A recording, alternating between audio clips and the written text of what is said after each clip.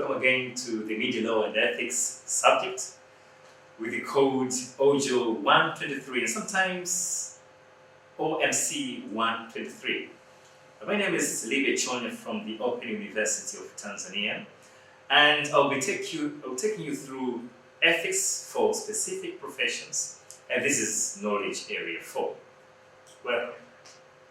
It will be important to look at the objectives first before we proceed with this lecture, and in this case now, find that at the end of this lecture, students should be able to know or to describe the ethical guidelines for media practitioners. And in this case now we are talking of photojournalists, video journalists, radio broadcasters, television broadcasters, graphic experts, and online journalists as well.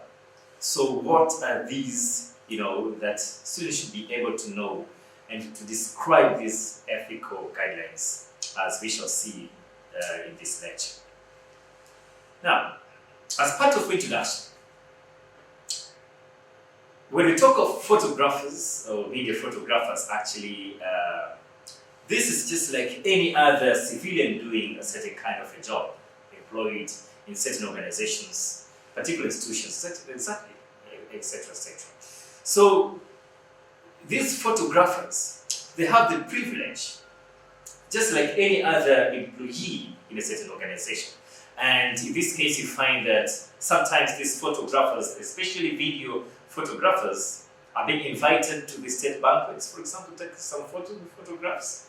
Others are invited into major, sport events, for example. We have state house visits, etc., etc. So you find that these photojournalists or video photojournalists are invited into several occasions to take some pictures, to take video clips, etc., etc. So sometimes you find that they have this kind of a privilege, and to them, this is a great honor, because they meet people whom even other people are not able to see or to get access to them.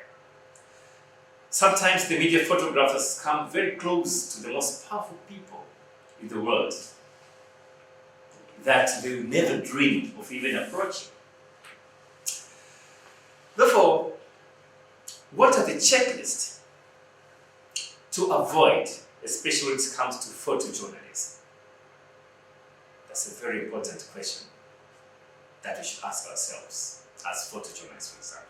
Now, we have one big problem, that is faking reality.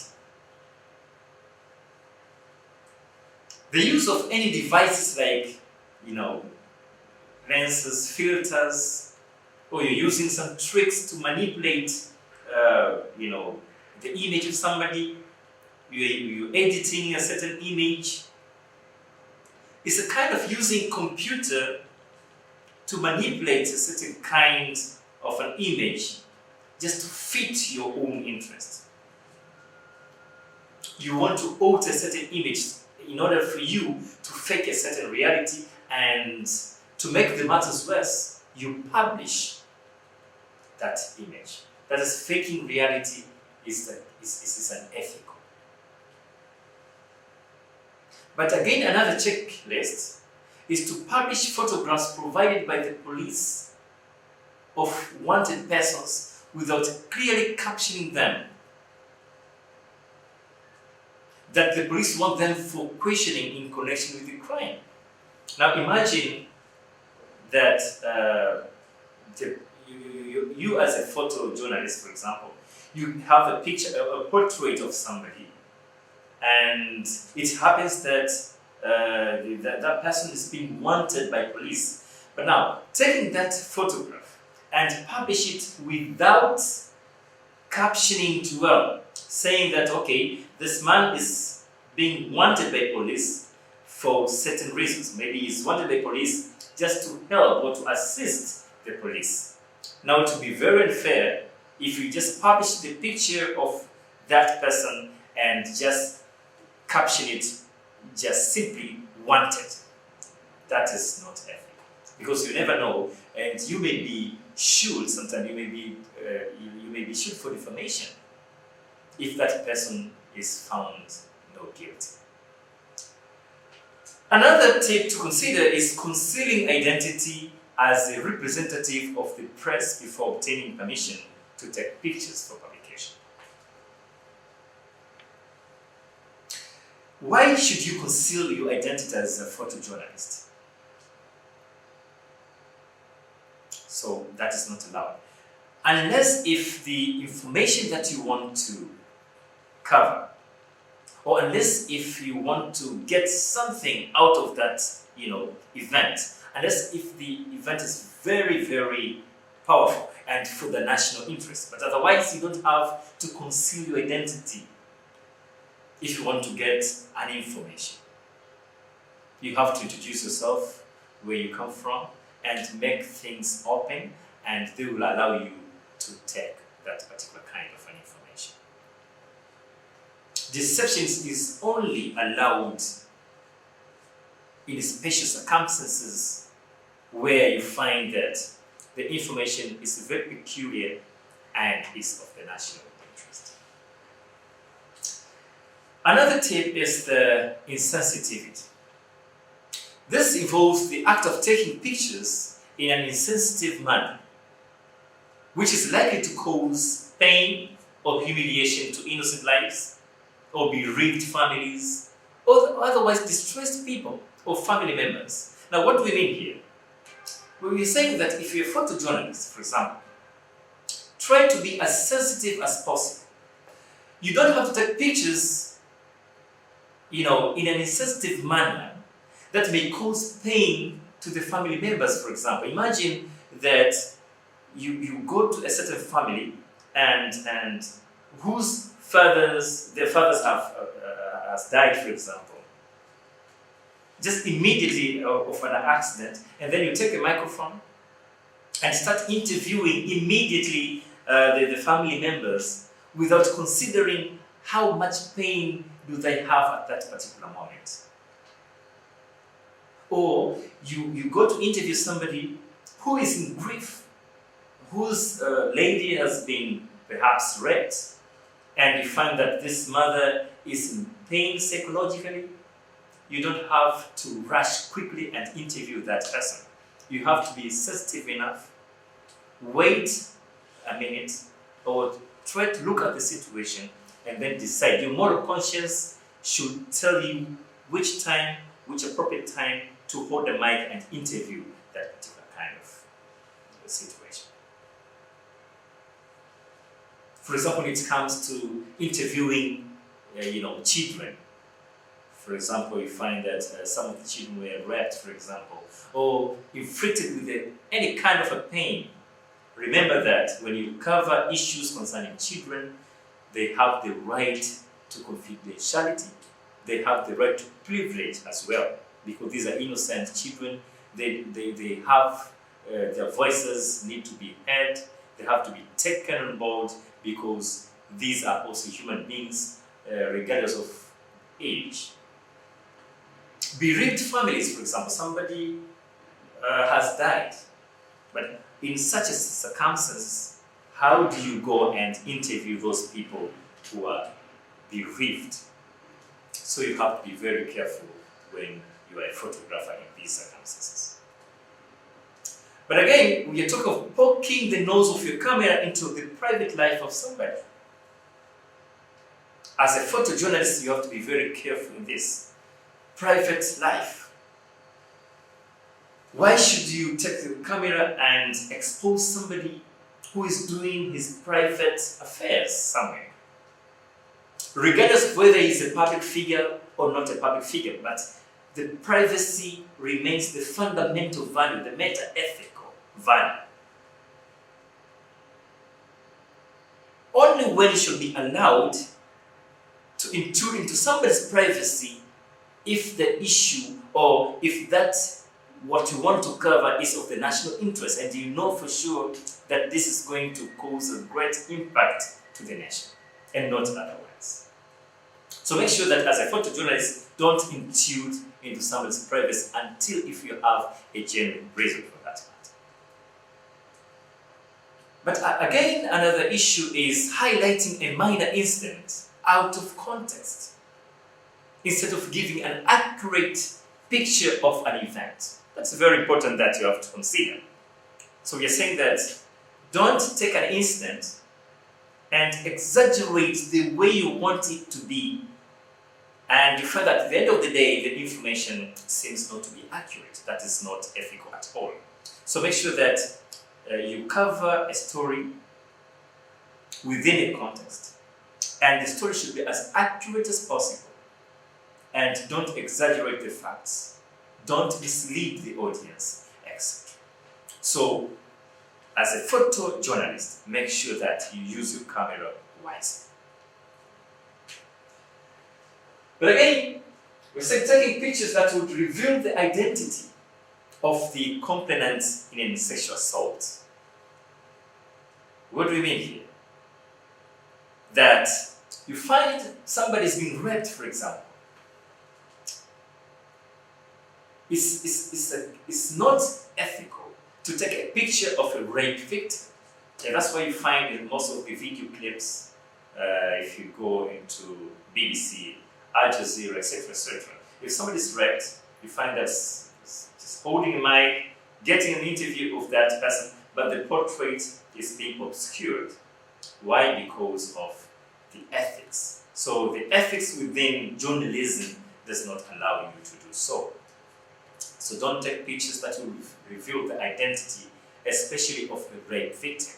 But also taking pictures of minors in a situation that humiliates their person in ways that exploit their innocence. So this refers to innocent children, for example, interviewing them. If you find children exposed in a miserable situation, please make sure that you use your camera wisely, not to photograph or to take video clips of children in a miserable situation, because they have the right to privacy. Children also have their respect. They have to have their dignity being, preserved. Also, taking pictures and leaving victims suffering without rendering them help in the best way possible.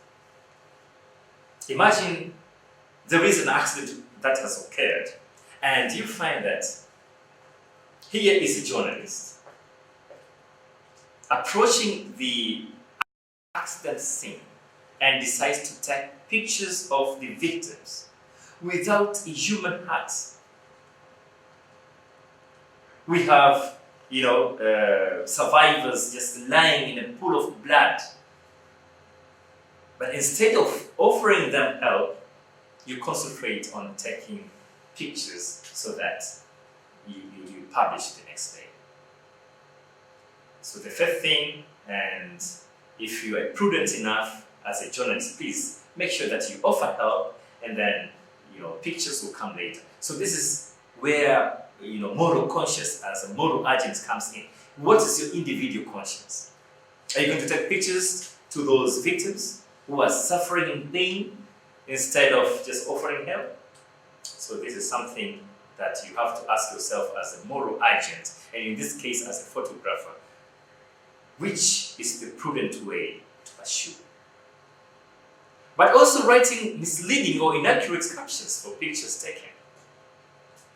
Find that as a journalist, you're taking a picture somewhere, but for the reasons better known to you as a journalist or as a photojournalist, you decide to caption it the other way around, just to suit your own motive. Now, that is not ethical and it's not allowed. You take a picture in a certain event and then make sure that you caption it well. That is how photojournalism is supposed to be done.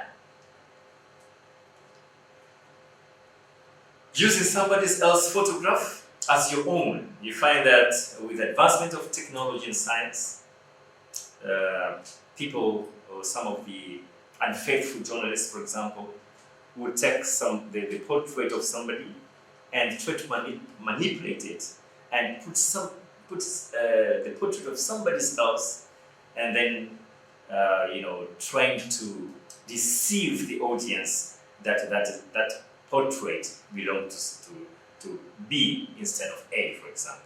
Now, using somebody else's photograph without his consent and you manipulate that photo, that is not ethical. So these are some of the tips that you should avoid as a photojournalist. But again, tampering with human suffering. Pictures of such scenes must be taken with human feelings at heart. As I said before, that in an accident scene, you find people are suffering in pain, groaning in pain. Now, if you take pictures of those people who are suffering at that moment, make sure that you are driven by moral conscience as a moral agent.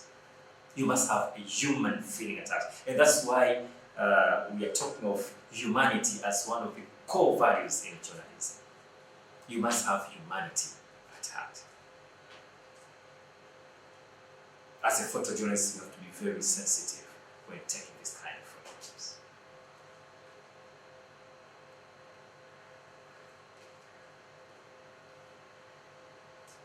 Now, before we go to the ethics for video journalists, I want the class to engage into this simple exercise. I want you to explain how you're supposed to handle minors and victims of rape before photographing them. Explain how you're supposed to handle minors and victims of rape before photographing them. Now, let's jump into another ethics for video journalists. So you find that video journalists use video camera to take shots for television, fine.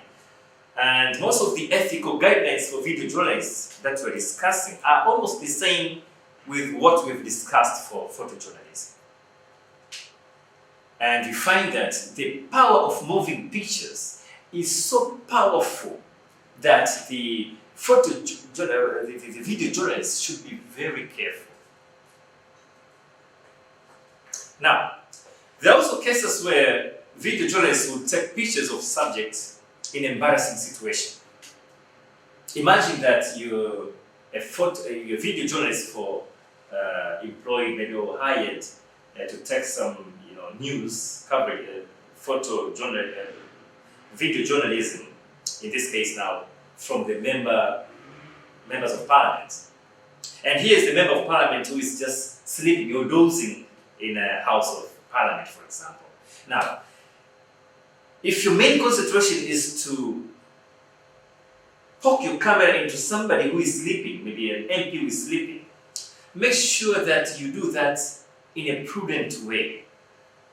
It could be that the member of parliament, that particular member of parliament who is sleeping, who is dozing, it could be that he's very tired due to the tight schedule. Now, as a human being, he might get slumbered, he may fall asleep for a while. Now, if you concentrate taking a picture or taking a video of that member of parliament who is sleeping in a house, now it's upon you as a journalist, as a video photographer. Is it ethical? It could be that one argument could be that maybe you're taking that person. Why? Because he's a member of parliament and he's supposed to serve the public and he's not there to sleep. Fine, that's a very good argument.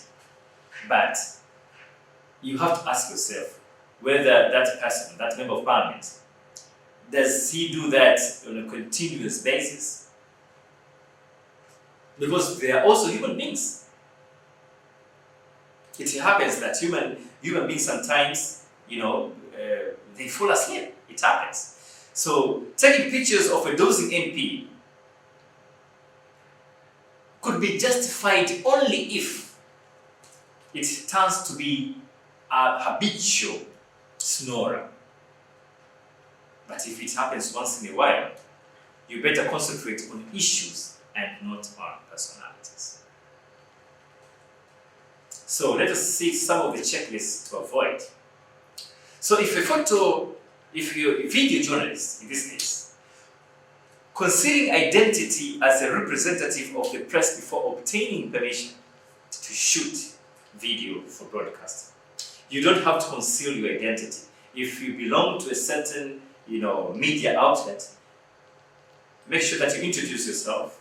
if you go to cover a particular, scene somewhere, the press that you come from explain the motive, why are you there, etc., etc. So you don't have to conceal your identity unless if the issue is of the national interest or very sensitive.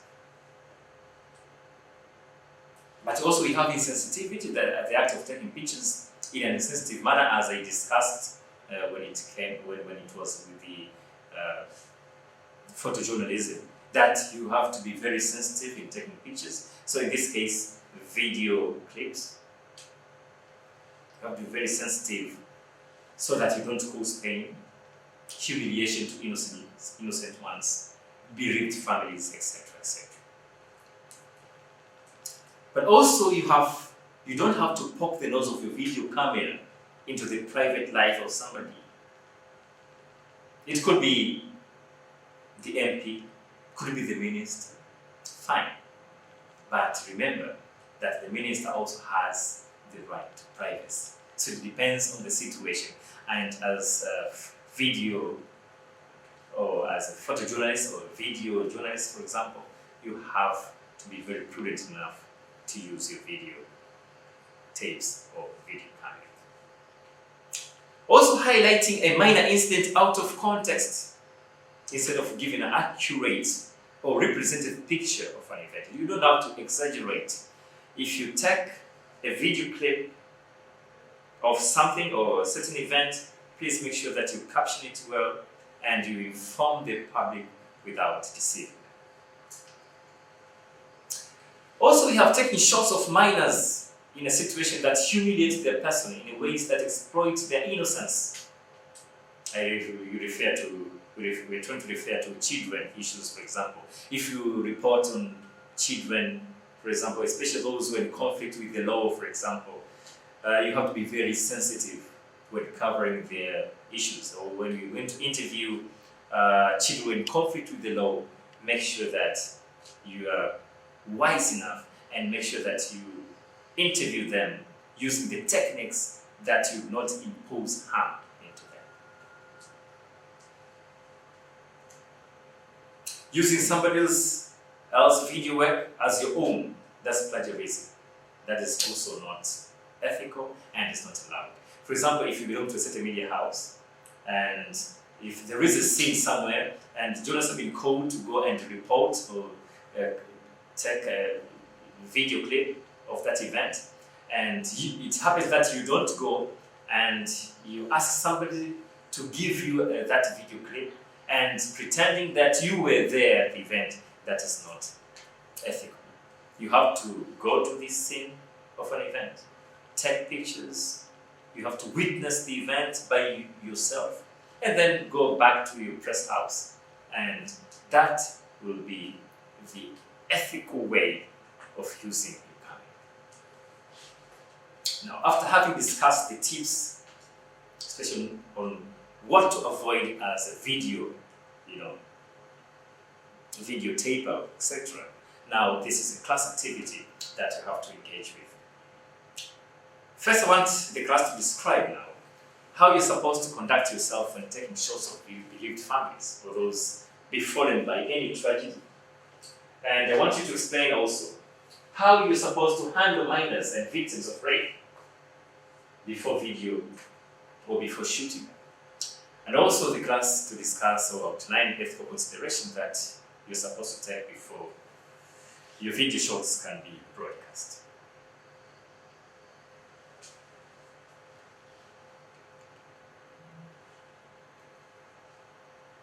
Now, let us come to ethics for broadcasters. Broadcasters also embraces the presenters. We have camera crews, script writers, sound recorders. We have program producers who are producing those programs. We have editors editing the programs, communicators working the radio, television, and so many in the radio production. So our aim is now to look for the ethics for these broadcasters. Now, what are the objectives of this lesson? We want at the end of this lecture to be able to describe the ethical guidelines for broadcast journalists, but we also want to know or to mention the most unethical practices a broadcast journalist should always avoid.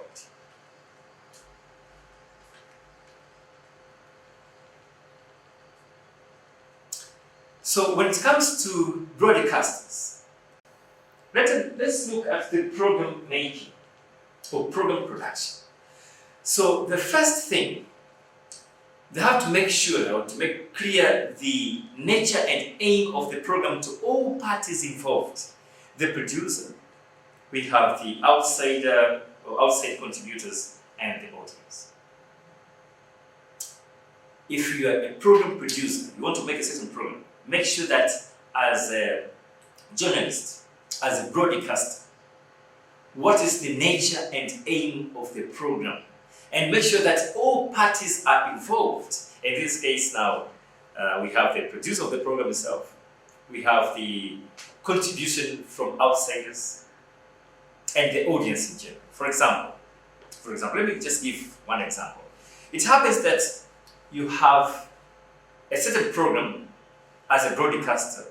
You want to produce a certain program concerning the achievements done so far by the fifth phase government in Tanzania under the President John Magufuli, for example. Now, if this is the program, the topic is well known, fine.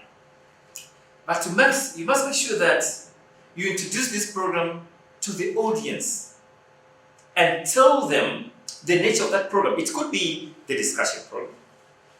It could be documentary, etc., etc. Now, in this case, let's say it's a discussion program. So, make sure that you introduce the program, introduce the panelists who are there, and tell the audience, including the panelists themselves, what is the nature. That the nature is discussion, fine. And later on in the program, maybe you will invite the incoming calls from the audience so that they also contribute their views. So after having said so, it means you're trying to involve all the parties and all the panelists are there, and you are trying to give them an equal chance when it comes to contribution without showing any kind of partiality. That's program making. But also, never deceive. If you're a broadcaster, please, never deceive, don't mislead or misinterpret, misrepresent outside contributors and interviewees during or after making the program. Imagine that after the program has been produced, for example, and if this program is being recorded, especially those recorded programs, don't deceive or mislead or misrepresent the public or the audience. It happens that you have recorded the program, and some of the unfaithful broadcasters who try to add their own, clips or opinions, or try to edit some of the words so that they are not heard, try to omit some of the facts, and then in that way it means you're trying to deceive the public, trying to omit certain truth that is not allowed and that is not ethical. So as a broadcaster, make sure that you strict objectivity, truth and honesty. Don't deceive. Don't use your microphone unwisely. But also we have the balance. Explain to the audience why a particular contribution is missing, especially if the other side has refused to take part or give information. So you have to tell the public why that has happened. Say it in such a way that is fair to the absentee, that person who has never shown up in a program. For example, if you have a program, maybe you have two sides. We have the candidates from two different political parties. So these are rivals in this case. Now, if it happens that you have invited them in a certain program, and it could be a developmental program, but one candidate has shown up and another candidate has not shown up in the program. Now, if you happen to interview one candidate throughout the program, at the end of the program, it means now the audience would have missed the other part, of the context. Now, in this case, what you're going to do as a broadcaster is try to be prudent enough and tell the audience that, please, dear audience, unfortunately, we are not able to host the other member from another party due to several reasons. So please, you make sure that you say it in a way that does not offend the one who has not shown up in the program. You have to be fair as possible. You don't have to attack the one who has not, shown up. Don't say that perhaps he feared, turning up in the program. He feared the questions, etc. So don't be judgmental.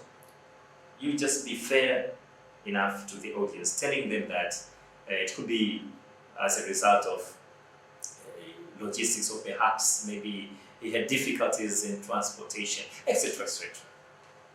Or you tell the reason that have been communicated to you, the reason why he or she has not shown up in that program. Don't be judgmental. And also we're saying give an opportunity to respond to those accused of incompetence or inefficiencies that are damaging to the individual or organization. So if you happen to interview, or maybe you happen to have a discussion panel, for example, give an opportunity to respond to those accused. If somebody is phoning from outside, incoming call, and then we have the panelists, and once somebody is just phoning inside the studio, complaining over one of the panelists there that he's the thief, he's not being honest, he's embezzling funds, etc., etc.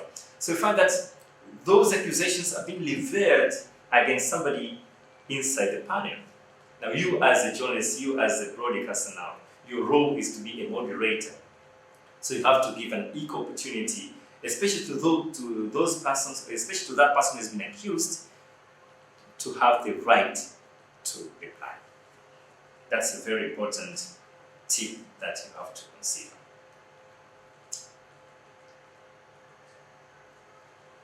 Reply to complaints by listeners, viewers, preferably on the air too, by instituting a program for that purpose or within the formats complained about. So you find that sometimes you have a program and we have listeners out there who are phoning in, complaining about something, or you have a certain program, but people out there who are phoning, or the audience is not satisfied with the way that project is being run, etc., etc. Now, as a journalist, as a broadcaster, your role now is to establish a certain platform whereby all these complaints from the audience are being well handled. Now, how do you do that? You may have a certain program, a documentary, or a certain program that you invite an expert to come and respond to all those complaints raised by the audience. That's your role, because your role is just a moderator. So make sure that all the complaints are handled in a serious way. But we also have another tip that is increasing accuracy, that never rely on one source when dealing with secondary sources. So you make sure that as a broadcaster, make sure that you have multiple sources of information. We have one problem in journalism, that is a single source syndrome. As a journalist, please don't use a single source. You're saying use a multiple source and diversified sources for that matter. And you have to read books, read journals, get the minutes, books, etc., etc. So please make sure that you have a wide range or wide variety of sources. And always admit mistakes and correct them promptly and clearly. Find that sometimes as a broadcaster, you might have committed a certain mistake somewhere. So make sure that you correct that mistake promptly and clearly to the audience, so that at least you add credibility, not to you as a journalist yourself, but you add credibility to the radio station that you're working for. And the language ought to be devoid of stereotypes. Don't use stereotypes. Never use stereotypes in broadcasting. So, we are saying that in reporting also statistics, care ought to be taken to put them into valid context, and they should all the times being attributed. Find a situation where we report a certain event which involves a lot of statistics. Make sure that the statistics are well formed,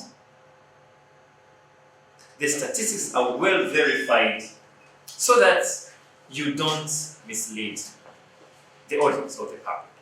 Refer to the Statistics Act in Tanzania of 2015, in which all the official statistics are defined, produced, validated, compiled and disseminated by the Tanzania Bureau of Statistics, or the chief government statisticians. We have one problem in journalism today whereby you find most of the journalists don't have accuracy when it comes to statistics. Statistics is a very important aspect in journalism. Why? And that's why we have the Statistics Act in Tanzania, 2015. It's because of these journalists not taking statistics in a very serious way. For example, if it happens that there is an accident somewhere, and here is the number of journalists who have been sent to go and cover that particular event. Now, if you go to cover an accident, and you as a bunch of journalists, now each one of them would come with his own statistics. For example, one would say 15 people have died. The other press would say 20 people have died. Now, the other press, C, would say only 5 people have perished. Now, which is which?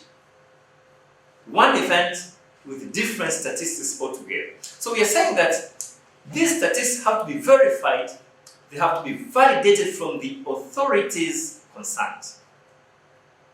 If there are a number of people who have died, it's better that you confirm this report from the doctor or medical practitioners, for example.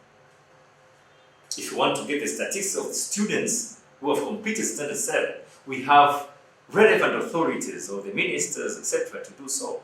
So don't try to come up with statistics, invented statistics that that come from air. You just write the statistics while seated on the table. That is not allowed. The statistics have to be verified and come from the authoritative figures. Also, accidents, disasters, and other disturbances call for balance. We have to balance the story. If there is an accident, please balance the story. Get, the accurate information from the doctors. And if there are disasters, disturbances, etc., etc., so you have to maintain accuracy, sensitivity in order to avoid causing unnecessary and anxiety and distress.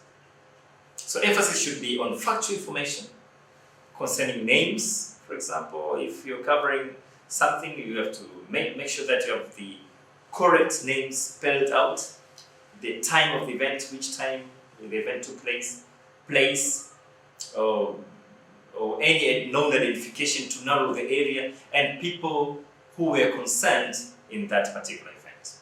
So you have to be accurate as possible. And also we talk about impartiality, that programs ought not to discriminate against people in terms of beliefs, for example. We have during emergencies, war, conflicts, or for example, when we talk of impartiality, refer to the conflicts normally emerging in Tanzania, for example, between pastoralists and agriculturists, whereby they fight for, land, etc., etc. So we find that when dealing with this kind of information, or when you deal with this kind of news and make some kind of analysis, make sure that you are as impartial as possible, so that you don't, side. You're not single-sided, you're not one-sided. Make sure that you try to balance your information so that you don't offend or harm the other party. So impartiality means you don't have to be sided. You have to be as accurate as possible. You have to balance your story so that you don't become impartial. Don't take sides as a journalist in this case.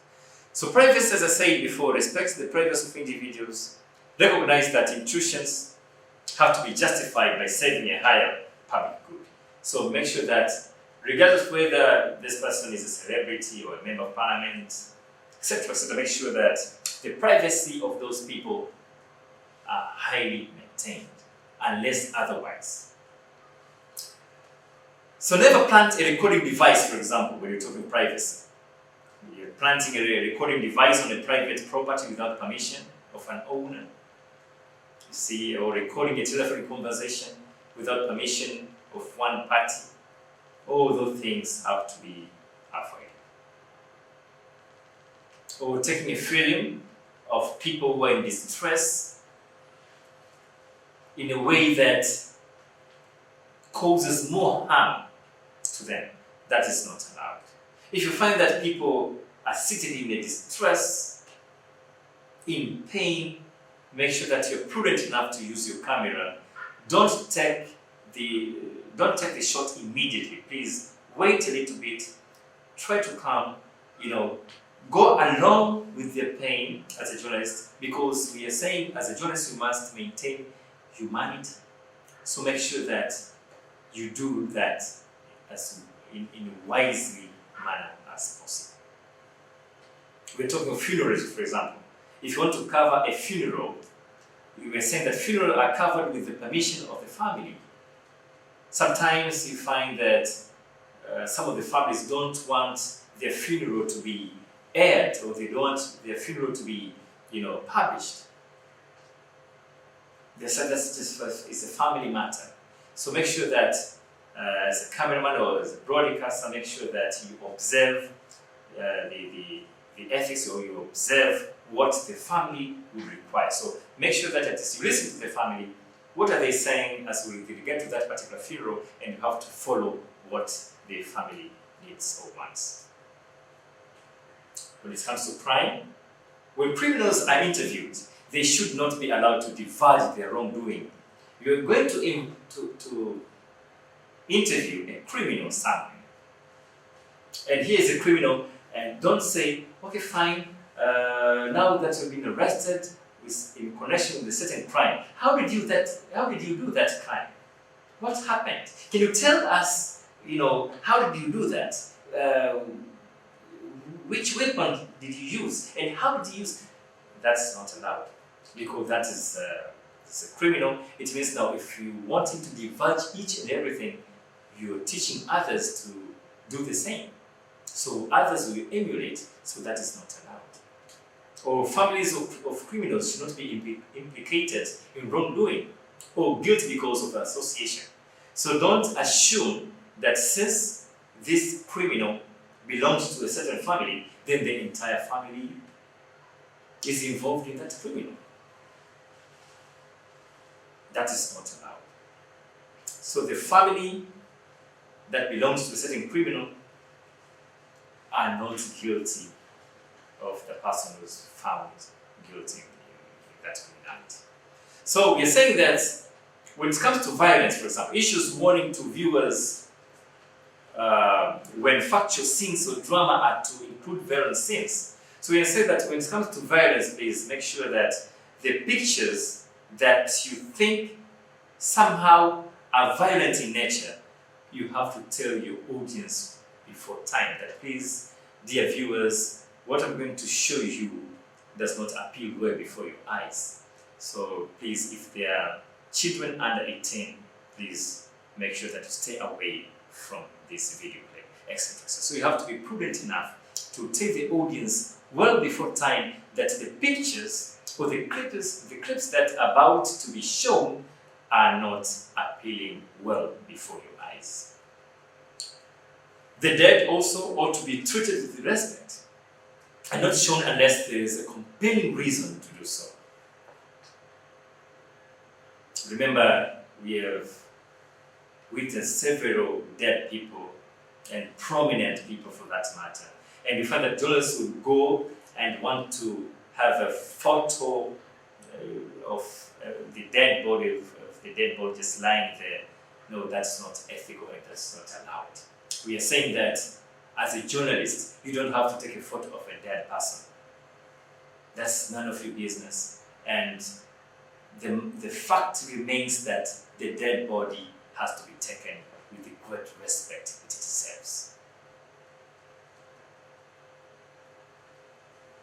And if there is a scene, a bloody scene somewhere, people lying in a pool of blood, you don't have to show them, or you don't have to concentrate your camera on those people who are lying on the ground.